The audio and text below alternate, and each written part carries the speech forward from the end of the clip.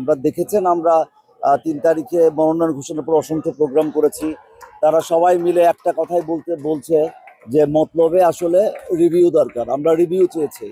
আমরা আমাদের নেতৃবৃন্দের কাছে আহ্বান করব, বিএনপির শীর্ষ নেতৃবৃন্দের কাছে, আপনারা মতলবে আসুন, আপনারা যাচাই করুন, বুঝুন কারা আসলে মতলবের জাতীয়তাবাদের ঝান্ডা তুলে রেখেছে। আমরা আমাদের নেতাদের কর্মীদেরকে অনুরোধ করেছি, যার হাতেই চূড়ান্ত মনোনয়ন যাবে আমরা তার পক্ষেই থাকবো, কিন্তু তার আগে আমাদের যতটুকু সামর্থ্য আছে আমরা চাঁদপুর 2 এর মনোনয়নের জন্য, মতলব উত্তর দক্ষিণের মনোনয়নের জন্য আপনারা আরেকবার একটু রিভিউ করবেন। আজকে দেখতে পাচ্ছেন সবাই শুধু একটা কথাই বলছে, রিভিউ চাঁদপুর 2। সুতরাং আমরা মনে করি যে আমরা যে সমস্ত ক্রাইটেরিয়ায় পূর্ণ করেছি এবং যারা আন্দোলন সংগ্রামে দীর্ঘদিন ধরে ছিলাম, আপনারা জানেন মতলবের মধ্যে আপনারা ইতিমধ্যে দেখেছেন, এটা ভাইরাল হয়েছে যে 2022 সালে এই মাঠের মধ্যেই আমরা তখন জানেন যে ফ্যাসিস্টের কিরকম রক্তচক্ষু, যেখানে অন্য কেউ পা ফেলতে সাহস পারে নাই, সেখানের মধ্যে আমরা বিশাল বিশাল সমাবেশ, বিশাল বিশাল মিছিল করেছি।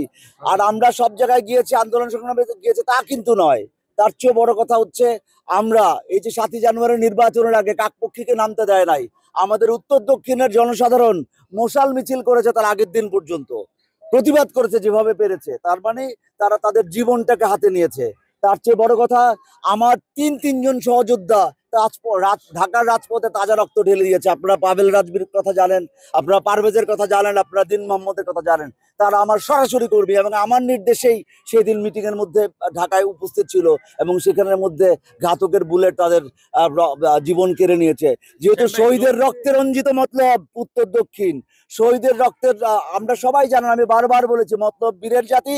সেই মুক্তিযুদ্ধের সময় মতলবের অবদান, তারপরে যতগুলো 90-এর গণ অভ্যুত্থান, তারপরে 14-র আন্দোলন, 18-র আন্দোলন এবং সর্বোপরি 24-এর ধারাবাহিকভাবে ফ্যাসিস্টের বিরুদ্ধে আন্দোলনে যে চূড়ান্ত পরিণতি, যে আমাদের 5ই আগস্টে যে আমাদের বিজয় লাভ হয়েছে, তার পটভূমিতে তার পিছনে মতলবের নেতাকর্মীদের সর্বোপরি আমাদের অনেক অবদান রয়েছে।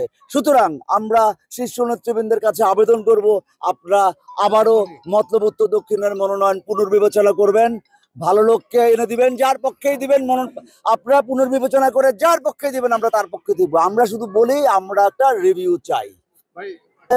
রিভিউ সময় 15 মিনিট না, আমাদের রিভিউ সময় আমরা মনে করি মনোনয়নপত্র প্রত্যাহারের শেষ দিন পর্যন্ত আমাদের সময় আছে। সুতরাং সামনে অনেক সময় আছে।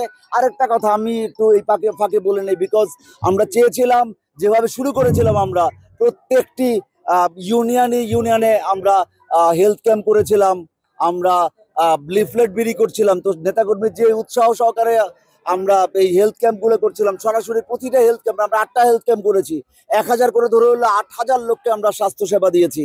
তার সাথে সাথে কতগুলো পরিবারের মধ্যে আমরা গিয়েছিলাম। এই সব কিছু মিলিয়ে আমরা মনে করি মতলবের নেতাকর্মীদের চাহিদা মোতাবেক আমাদেরকে পুনর্মূল্যায়ন করা হোক।